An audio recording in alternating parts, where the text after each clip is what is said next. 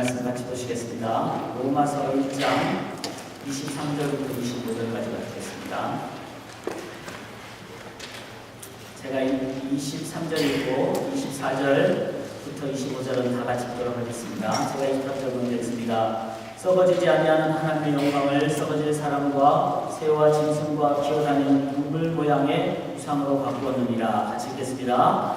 그러므로 하나님께서 그들을 마음의 정욕대로 더러움에 내버려두사 그들의 몸을 서로 욕되게 하게 하셨으니 이는 그들이 하나님의 진리를 거짓 것으로 바꾸어 피조물을 주는 것보다 더 경배하고 섬김이라. 주는 곧 영원히 찬송할 이시로다. 아멘.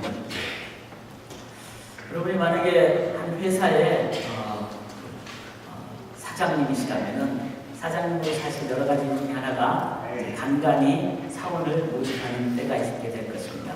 사원을 채용하실 때 가장 중요한 기준을 어떤 것으로 주시겠는지요. 또 어떤 그룹이든지 계속 사람들이 와야 되고 또 함께 일해야 되기 때문에 어떤 그룹이나 어떤 단체든지 그런 사원들을 아니면 지체들을 저희가 함께 해야 될 상황이 있게 될 것입니다. 일반 회사는 나름대로의 기준이 있겠죠. 만약에 교회에서 목회자를 모신다, 내지는 교회에서 직분자를 저희가 모신다, 이렇게 했을 때 어떤 기준을 가지고 우리가 모셔야 될까요? 여러 가지 일을 저희가 봐야 되겠죠. 여러 가지 어떤 능력이라든지 다 봐야 되겠죠. 그러나 저희 입장에서 한 가지 가장 중요하게, 어쩌면 유일하게 제가 보고 싶은 것은 딱 한 가지입니다. 그것은 뭔가 하면 선한 동기를 가집니다. 그 동기, 그 마음의 모티베이션, 사역하거나 아니면 일을 하는 동기, 그 마음에 시작하게 된 목적, 그것이 무엇일까? 저는 동기를 가장 중요하게 보려고 합니다. 동기가 순수하면요, 어려울 때도 실은 이기고 나갑니다. 좋을 때도 순수한 동기는 자신을 드러내지 않습니다. 그리고 시간이 흘러도 변하지 않습니다. 동기가 순수하지 못하면 상황 따라 변합니다. 그리고 사람들의 어떤 그 인기도에 따라서 높을 때, 좋을 때 높아지고 힘들 때 그만두게 됩니다. 실은 동기가 다르지 않으면 오래가지 못합니다. 그리고 잘 되는 것이 위험합니다. 또 어려울 때 그 또한 위험합니다. 동기가 가장 중요합니다. 하나님 우리를 보실 때 어떤 기준으로 우리를 보실까요? 하나님의 사역을 위해서 사람을 뽑고 일을 하도록 하실 때 어떤 기준으로 보실까요?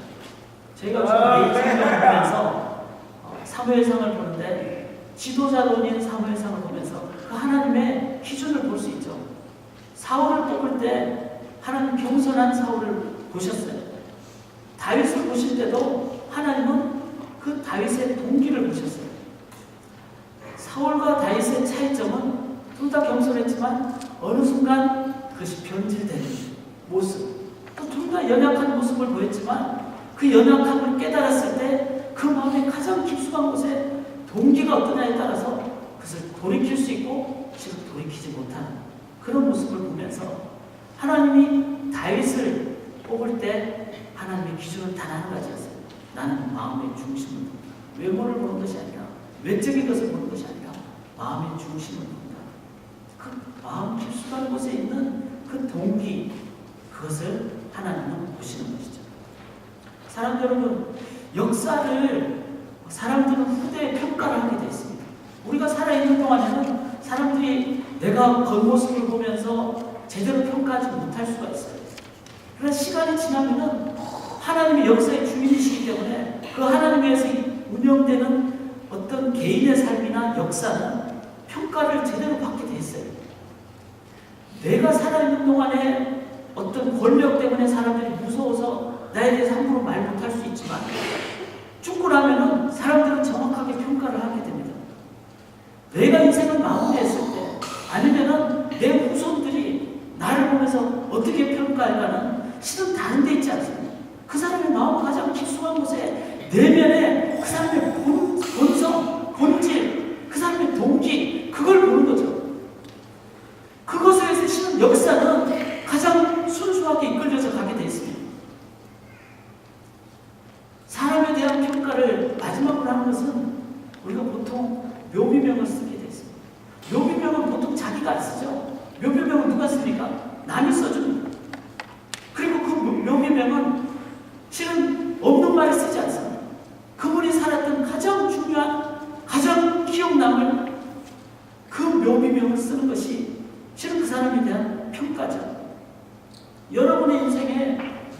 성경이 어떻게 쓰여지기를 원하십니까? 그건 여러분에 의해서 쓰여지지 않습니다.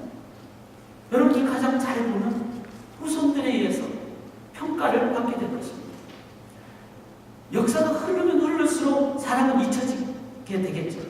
그런데 흘러도 영원히 계시는 하나님에 의해서 인도함 받는 사람에 대한 평가는 하나님에 의한 평가가 나타나게 되어 있습니다. 그 평가를 하나님의 역사 속에서 100년이 지나도 2200년이 지나도 그것을 하나님께서 평가를 하시는데, 그 묘비명 중에 가장 유명한 묘비명이 바로 이 다윗에 대한 묘비명이에요.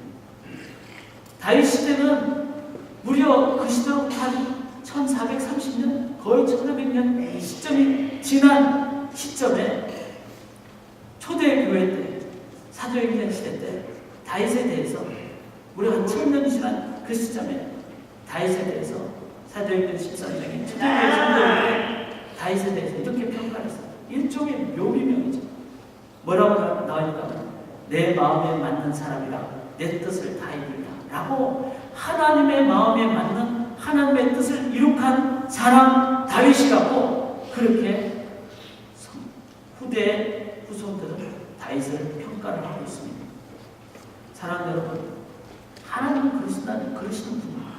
하나님 우리 마음을 보실 때 가장 순수한 마음, 그 마음에 하나님의 마음에 맞는 하나님의 뜻을 이루는 마음의 중심을 보시는 하나님에 의해서 그 하나님께 마음 중심을 둔 사람을 하나님은 평가하십니다.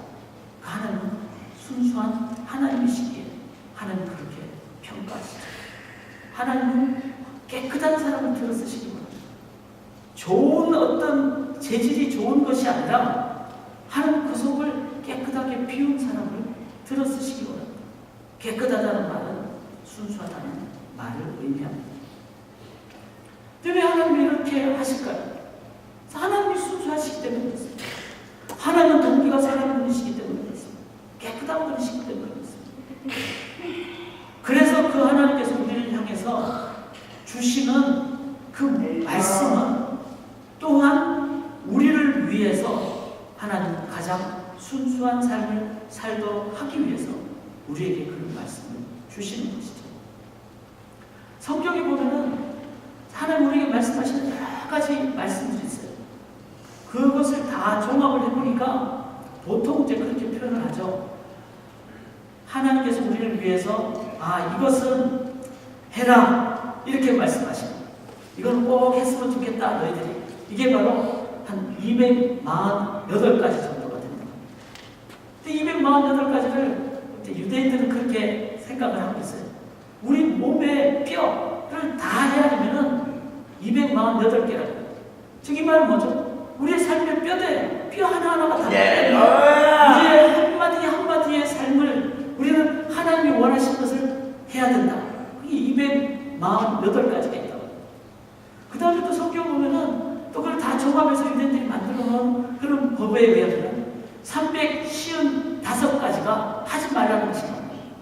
이 말은 우리에게 이런 것은 꼭 하라. 너 인생의 뼈대에 이것이 중요하기 때문에, 너 인생에 이것은 매일매일, 즉 1년에 365일이잖아요.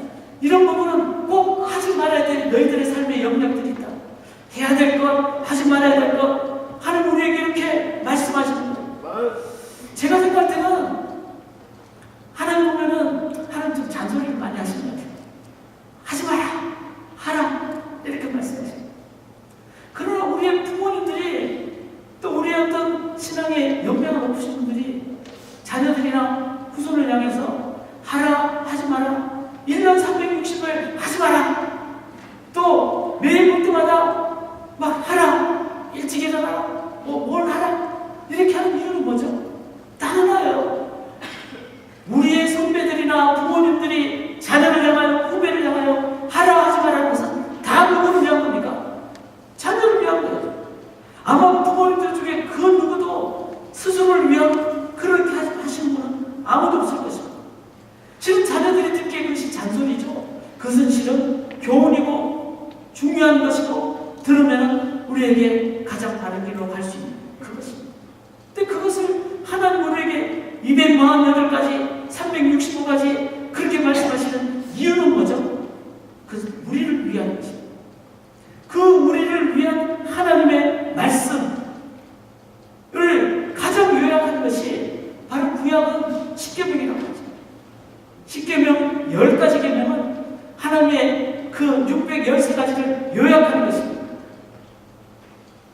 이 십계명의 핵심은 뭡니까?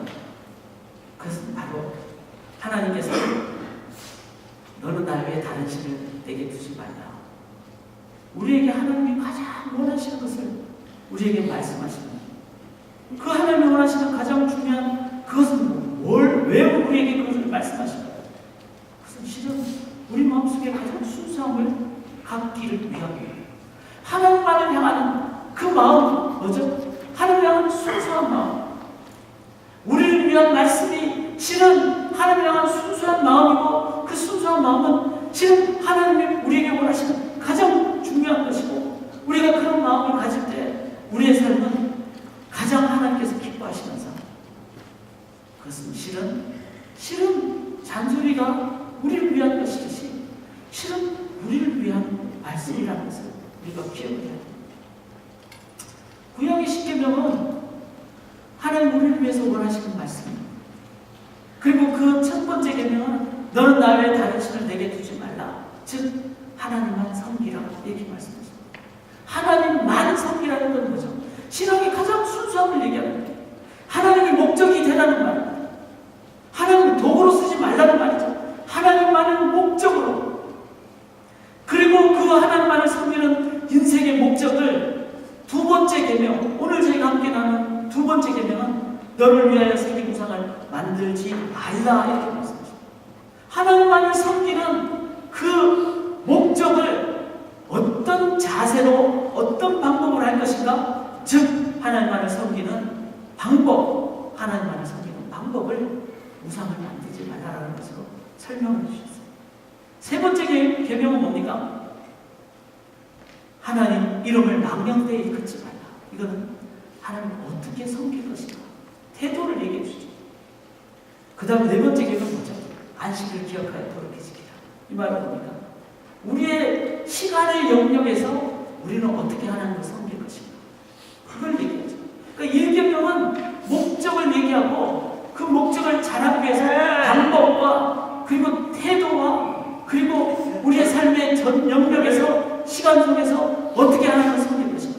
1계명부터 네 번째 계명을 전적으로 하나님만을 섬기는, 하나님만을 섬긴다는 게 뭐죠? 신앙의 가장 순수한 얘기를 하잖아요. 하나님을 순수하게 섬기는 것을 하나님의 기준으로 보신다고요. 그걸 왜 하나님은 말씀하실까요? 실은 우리를 위한 것이라는 거예요. 그걸 좀 기억을 하셔야 됩니다. 왜 하나님만을 섬기는 것이 우리를 위한 것일까? 그거 한번 우리가 생각할 수 있기 바랍니다. 네 번째 계명까지 그렇게 얘기했는데 다섯 번째부터 그 뭐죠? 부모를 공경하고 그 다음에 또 뭐 살인하지 말고 거짓 증거하지 말고 다섯 번째부터 열 번째까지 계명은 뭡니까? 실은 부모님과의 관계에서 아니면 이웃과의 관계에서 아니면 내면적인 관계에서 남들과의 관계에서 삶의 모든 영역에서 우리가 어떻게 하나님을 잘 섬길 것인가? 그것을 가르쳐주는 십계명입니다. 십계명에 실은 저거는 삶의 전 영역을 얘기하지만 그것의 목적은 단 하나, 하나님 어떻게 섬길 것인가? 하나님을 섬기는 그 부분을 얘기를 하고 있습니다. 하나님만을 섬기는 것은 순수한 거죠. 왜 하나님이 순수함을 우리에게 강조하시다? 잔소리라면 듣기 싫지만 그 속에는 자녀를 향한 부모님의 마음이 있다는 걸 기억할 때 실은 명령을 하신 것은 우리를 위한 것이라는 걸 꼭 기억을 하셔야 돼요. 왜 그럴까를 말씀을 통해서 우리가 살펴보기로 합니다. 자, 십계명은 구약의 출애굽기에 20장이 나왔어요. 신명기 5장이 나왔어요. 두 번 얘기를 했어요. 가나안에서 가나안 들어가기 전에, 출애굽 나오자마자 가나안 들어가기 전에 뭐죠? 강조죠. 두 번 했다는 것은 중요하다는 얘기입니다.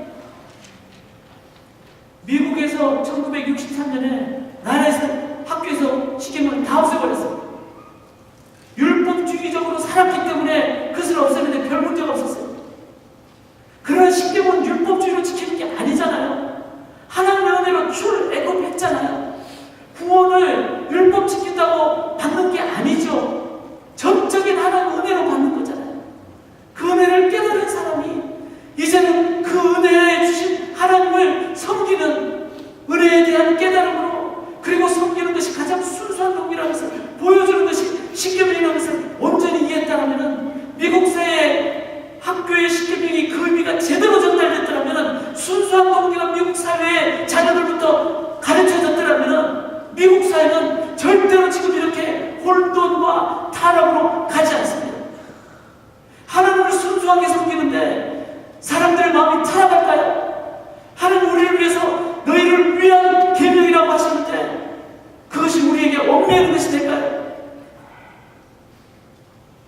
십계명의 온전히 우리가 이해한다면, 그리고 하나님의 뜻을 깨닫는다면, 순수한 동기를 이것을 통해서 지킬 수 있게 되고 지킨다면, 실은 미국 사회가 아무리 어려워도 유혹이 와도 순수한 동기를 가진 사람은요 끝까지 지도를 지킵니다. 순수한 동기를 가진 사람은 배반하지 않아요. 순수한 동기를 가진 사람은 남들이 유행 따라갈 때 절대로 유행 따라가지 않습니다. 그게 회사의 직원을 뽑은 비결이에요. 그것이 교회가 바르게 설 수 있는 비결이라고. 순수한 동기는 우리가 이 땅에서 살아가는 지조와 정의를 지키는 크리스찬, 가장 순수한 이 사회를 만들어가는 크리스찬을 만들어가는 길이라고. 그런 의미로 이 십계명의 의미를 바르게 생각합니다. 이것을 하나님 신약 시대 때 로마서는 우리의 삶의 어떤 가장 중요한 뼈대를 제공해 주죠. 로마서의 본론의 핵심이 오늘 읽어드린 1장 21절이에요. 1장 21절에 보면은 하나님을 알 때 하나님을 영화롭게도 아니하며 감사하지도 아니하고, 이 말은 뭐죠? 반대로 얘기하면은 하나님을 영화롭게 하고 하나님께 감사하는 삶이 우리의 삶에서 가장 핵심이라고 해요. 너는 나 외에 다른 신을 두지 말라, 이 말은 너는 나만 섬기라, 이런 말이에요. 하나님을 영화롭게 하고 하나님을 감사하는 이 계명은 잔소리가 아닙니다. 이 계명은 우리를 위한 것이고, 이 계명은 순수함을 위한 것이고, 이 순수함이 지켜질 때만이 교회는 세상을 향하여 가장 바른 능력과 거룩을 선포하게 되어 있습니다. 교회가 이 세상에서 다시 영적 권위를 찾을 수 있는 유일한 길은 이 십계명, 하나님을 영화롭게 하고 감사하는 이 십계명의 본질적인 의미를 회복할 때 지금 교회가 바르게 돼요. 바르게 되면 세상도 바르게 돼요. 교회가 바르게 되면 교회가 안에 있는 영적인 정체성을 갖게 되는, 이건 우리를 위한, 이것 또한 하나님의 나라의 백성들이 바르게 될 때 하나님 또한 기뻐하시는, 하나님의 가족이 온전하게 돼요. 여기 지금 핵심이 있습니다. 사랑하는 여러분, 이 하나님께서 말씀하신 이 계명의 의미를 우리가 바르게 이해하고 그 말씀의 의미대로 우리가 살아갈 때 실은 하나님의 잔소리가, 부모님의 잔소리가 우리를 위한 것이 되습니다. 우리가 하나님의 말씀을 온전히 들을 때 우리가 가장 바르게 의미 있게 나갈 수 있는 길로 나아가게 됩니다. 그런데 하나님께서는 이렇게 말씀하시죠. 여기 오늘 본문에 보시면 그렇게 하나님 영화롭게 해야 되고 하나님께 감사해야 되는데도 불구하고 그렇게 하지 않게 되어서 사람들의 생각이 허망해지고 미련한 마음이 어두워지고, 이렇게 됐을 때 사람들 속에는 뭐가 생깁니까? 23절에 보면 썩어지지 아니하는 하나님의 영광을 썩어질 사람과 새와 짐승과 기어다니는 동물 모양의 우상으로 바꾸었다고 했습니다. 자, 우상을 만들게 되는 삶을 살아가고 있다면 그런 것은 내 삶에서 가장 중요한 본질적인 하나님이 안 되신다는 거예요. 여기 십계명에도 우리가 십계명이 나오는 출애굽기를 잠깐 살펴보기로 합니다. 출애굽기 3장부터가 1계명이 나오는데, 실은 출애굽기 3장 1계명 전에 서론이 제일 중요하죠. 그게 2절이죠. 나는 너를 애굽 땅 종되었던 집에서 인도해낸 내 하나님 여호와다. 바로왕을 이긴 하나님, 그리고 모든 죄악을 이기신 하나님, 그 하나님의 은혜가 있을 때만이 이스라엘 백성들은 출애굽을 할 수가 있었어요. 그리고 그 하나님이 나는 내 하나님 여호와니라, 나는 내 전부고 너를 이끌어낸 하나님이다. 하나님과 우리의 관계를 딱 얘기를 하시고 그 다음에 이 계명이 나오는 거죠. 너는 나 외에는 다른 신들을 네게 두지 말라.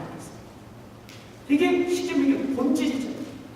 그리고는 구체적인 방법으로 두 번째 계명을 4절에 설명하시는데, 너를 위하여 새긴 우상을 만들지 말고, 이렇게 우상이 나오잖아요. 그런데 이 너를 위하여 새긴 우상, 즉 내 삶에서 우상이 있다면 그건 뭘 의미합니까? 하나님이 나에게서 진정한 하나님이 아니라는 뜻이에요. 내 삶에 우상의 영역들이 있다면 나는 내 삶에 하나님이 전부가 아니라는 뜻입니다. 여기 우상은 어떤 존재죠? 여기 5절을 보면, 출애굽기 20장 5절을 보면 그것들에게 절하지 말고, 그 우상이니까 막 그에 대해서 의지하게 돼요. 그런데 그것들을 섬기지 말라 이렇게 나와요. 섬긴다는 말은 그 원어적인 의미가 노예가 됐다 이런 의미입니다. 즉 내 삶에 우상이 있다는 것은 뭘 의미하냐면 그 우상은 나를 얽매게 합니다. 그래서 내가 좋아하는 어떤 직분이 우상이다. 그러면 그 직분보다 더 높은 직분을 가진 사람 보면 내 마음은 노예가 됩니다. 저걸 차지해야 됩니다. 물질이 있으면 물질에 나의 우상이 되면 더 많은 물질이 보이면 내 마음이 자유롭지가 않아요. 기쁘지 않아요. 그래서 얽매게 돼요. 노예가 돼요. 반대로 얘기하면 여러분 삶에 자유가 없다면 노예라는 뜻이고, 노예가 된다는 뜻은 내 삶에 우상이 있다는 뜻이고, 우상이 있다는 뜻은 내 삶에 하나님이 아니라는 뜻입니다. 우리 자신 한번 돌아볼 수 있기를 원합니다. 깊은 내 내면 속에 과연 내 속에는 자유함이 있는가? 혹시 내가 어떤 상황을 직면할 때마다 기분 나쁘고 불평하고 시기가 나오고 질투가 나오고 내 삶의 마음이 그냥 편하지 못하고 자유롭지 못하고 기쁘지 않는 어떤 삶의 상황들이 있다면요, 여러분 그 속에는 내 속에 우상이 있다는 뜻이고, 그 우상은 나를 얽매게 만드는 것이고, 그것 때문에 실은 내 내면 깊숙한 곳에는 하나님 아니라는 뜻이에요.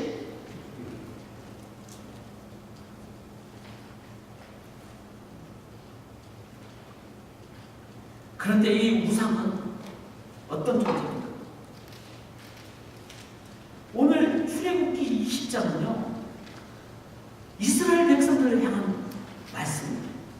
즉 일반 믿지 않은 사람한테 우상 이런 얘기를 하지 않습니다.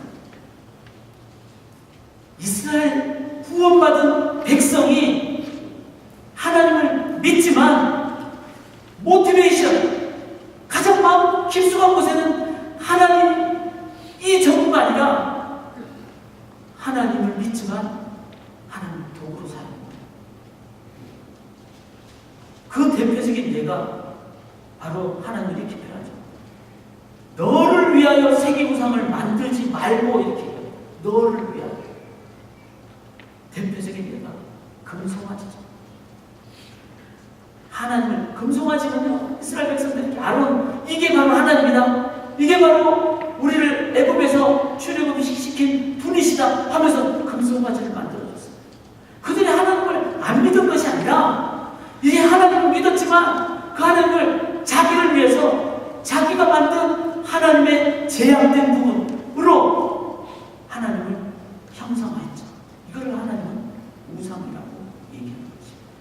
사람들은 믿지 않는 사람들이 막 뭐 물질을 추구하고 당연한 겁니다. 하나님이 없기 때문에 뭔가 붙잡아야 되는 거예요. 그거는 어떤 의미에서 우상이라고 얘기하기보다는 다른 가치관, 다른 가치관. 믿지 않는 분들을 탓하는 것이 해서도 안 되고 필요도 없고, 교회가 똑바로 하면 되는 거예요. 성도가 제대로 하면 되는 거예요. 그래서 하나님은 너를 위하여 세계 우상을 만들지 말고, 누구에게? 구원받은 이스라엘 출애굽 공동체에게 말씀하셨다는 거예요. 그래서 우리가 돌아봐야 돼요. 우리가 하나님을 믿는다고 하면서 혹시 금송아지를 만들어서 그거를 하나님을 믿는다고 우리는 의지하고 있지 않는지. 이 부분에 대한 깊은 묵상이 있지 않으면 우리는 어느 순간 동기가, 여러분 동기는요 언제 드러난지 아세요? 평상시 안 드러납니다. 어려울 때 드러나요. 어려울 때. 하나님을 믿는 것이 아니고, 하나님을 믿기 때문에 내가 출애굽했고 하나님을 믿기 때문에 가나안 가는 것이 내 마음의 동기였다면요, 하나님이 40일 동안 안 나타나면 딴 거라도 만들어서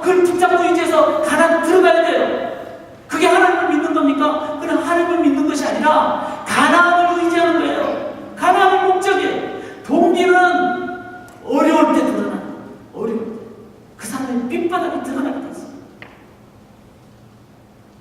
그래서 우리는 우리 자신을 깊게 보셔야 됩니다. 내가 정말 하나님을 믿는가? 이 교회 성도님들이 이 교회가 하나님을 믿는 교회인가? 아니면은 하나님을 믿는 척하지만 실은 우리가 원하는 명예를 구하고 있는가? 천국이라는 죽고 난 다음에 보장된 삶을 구하고 있는 것. 동기가 중요합니다. 우리가 여러 가지 또 표현을 잘 보셔야 되겠지만 그 속에 동기, 우리가 이 표현을 쓰는 동기를 한번 봐야 된다고 저는 생각합니다. 예배당은 실은 건물이에요. 성전이라고 부르는 것은 너희가 하나님의 성전이고 성도의 모임이 성전이에요. 하나님의 거룩한 모임이에요. 근데 교회 건축할 때 너무 쉽게 성전 건축에 간다는 거예요. 실은 만약에 교회 건물 건축하는 것과 성전 건축이라는 표현 속에는 상황 따라 우리가 잘 이해해야 되지만 만약에 동기가 성전이라고 표현하기 때문에 사람들의 마음이 더 건축에 헌금에 마음이 가는 것을 살고 있다는 거예요. 실은 무슨 동기가 온전하지 않습니다. 건물은 그냥 건물이에요. 교회, 저희 교회는 26주년 할 때 설립 기념주일. 교회는 하나밖에 없어요. 주님의 교회밖에. 무슨 은행을 시작할 때 창립이라고 그러죠. 그 다음에 브랜치를 개설할 때 무슨 신설동 지점, 아니면 뭐 에나워 무슨 지점 창립이라고 그래요. 그냥 신설이라고 그러고 그것은 창립이라고 그러지 않습니다. 설립이라고 그러죠. 그런데 무슨 교회 창립 몇 주년이라고 한다면 실은 그 속에는 그 동기 속에 어떤 마음이 있는가를 살펴봐야 된다는 거죠. 주일 성수라는 것도 아니고 목사님들이 주일 성수 하셔야 된다 하고 여행도 못 가게 하고 여행 갈 수 있죠. 일도 못하게 하고 그게 아니라 실은 매일이 주일이에요. 우리가 거룩이라는 단어를 너무 인위적으로 너무 집권을 연장하기 위한 수단으로 사용해버린다면 동기가 순수하지 않다는 것입니다. 일상이 실은 영성입니다. 교회 안에서 삶을 너무 강조하다 보면 일상이 뒷받침 안 될 때는 실은 우리의 동기는 일상 속에서 드러나지 못한 삶을 살게 됩니다. 교회 직분이 원래 교회 직분이 은혜 받은 공동체가 감사함으로 섬기는 것이죠. 그래서 교회 직분은 결코 내가 다스리는 어떤 세상의 어떤 직분의 직위의 표현이 아니라는 것을 일할 때 직분 또한 순수하게 저희가 섬기게 됩니다. 사랑하는 이러한 순수함이 없으면 결국은 하나님이 나의 하나님이 안 되시기 때문에 자꾸 우상을 만들게 되겠어요. 그리고 우리가 로마서를 자세히 보시면 아시지만 우상을 자꾸 만들면 그 우상은 끝이 없어요. 왜냐하면 우상은 허망한 것이기. 그래서 24절 로마서 1장 24절을 보면 이 우상은 허망하기 때문에 24절에 그러므로라고 그 다음 단계로 갈 수가 없어요. 그런 거 어떻게 해서 몸을 서로 욕되게 하고 그래서 더 물질적, 더 먹방, 더 로드 맵주의 식도락 클럽이 만들어져요. 이런 부분은 실은 우리 속에 본질이 없기 때문에 나오는 모습입니다. 여기서 끝나지 않죠. 26절에 보시면 이 때문에 이렇게 because of this 즉 우상은 본질이 아니기 때문에 계속 우리를 그 다음 단계로 악으로 끌고 가는데 순리를 영리로 바꾸게 돼요. 그런 모습입니다. 한국에서 퀴어 축제를 한다는 동성애자들 축제 주제 모습이 지금 있다고. 동성애자를 영혼을 사랑하는 봐야 된다.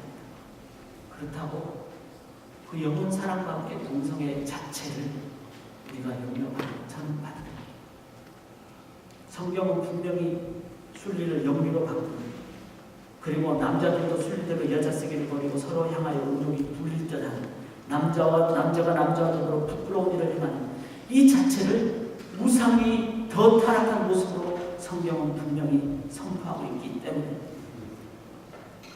다른 죄악과 동일하게 우리는 모든 죄악에 대해서 하나님 앞에서 이 우상 섬김의 결과라는 것을 기억해야 합니다. 여러분, 이러한 영리가 그냥 있는 줄 아세요? 28절에 보면 또한 이렇게 나옵니다. Furthermore. 우상은요, 하나님을 섬기는 순수함이 있지 않으면 타락을 해도 어디까지 타락하는가? Furthermore. 또 안에서 21가지 죄악으로 나가다가 로마서 1장 마지막 절에 사형, 죽음, 살인, 자살 다 죽음으로 끝나게 됐어요. 우리를 죽이는 것이 하나님을 섬기지 않는 결과라는 거예요. 왜 하나님 우리에게 잔소리하는지 아세요? 왜 너는 나만 섬기라고 그러는지 아세요? 너 마음에 순수한 동기, 우상 만들지 말라는 그 이유가 뭔지 아세요? 우리 죽지 말라고 그러는 거예요. 그러나 그 하나님 섬기지 않으면요, 우리 다 죽을 거예요.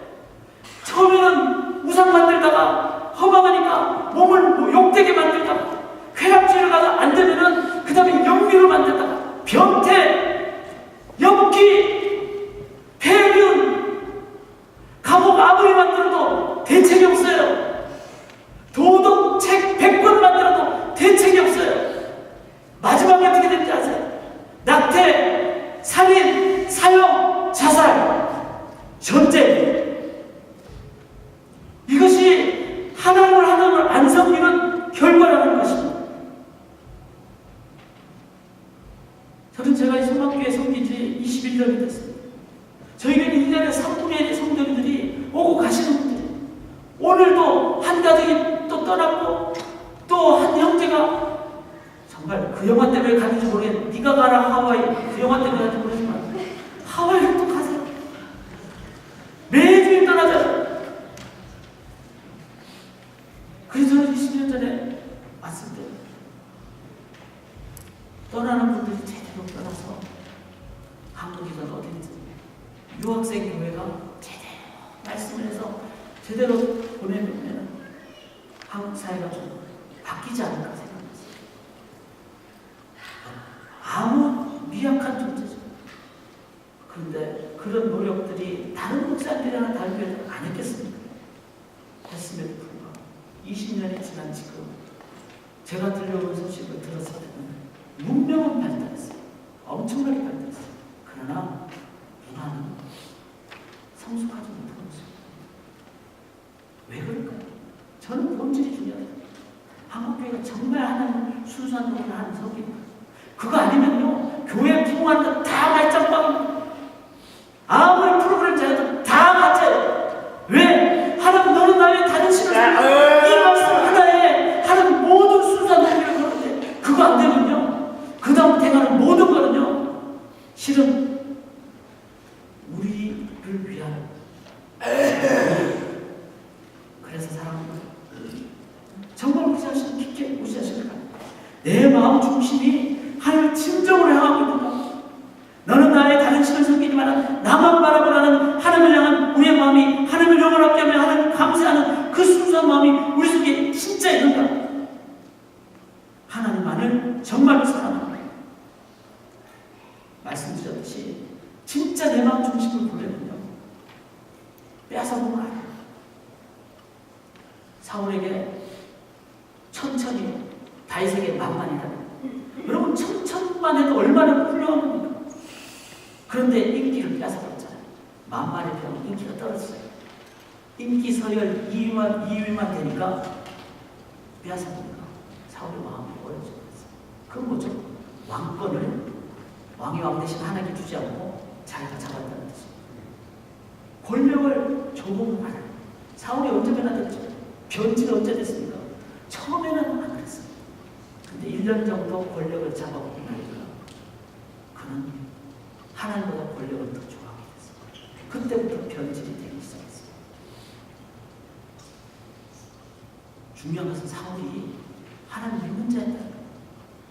그런데 우상을 섬겼다. 왕권이라는 우상을 섬기고 인기라는 우상을 섬기고 그래서 나라를 어렵게 만들었다는 거지. 이렇게 그 마음속에 하나님을 제대로 섬기지 않는 사람은 실은 섬기는 그룹, 집단을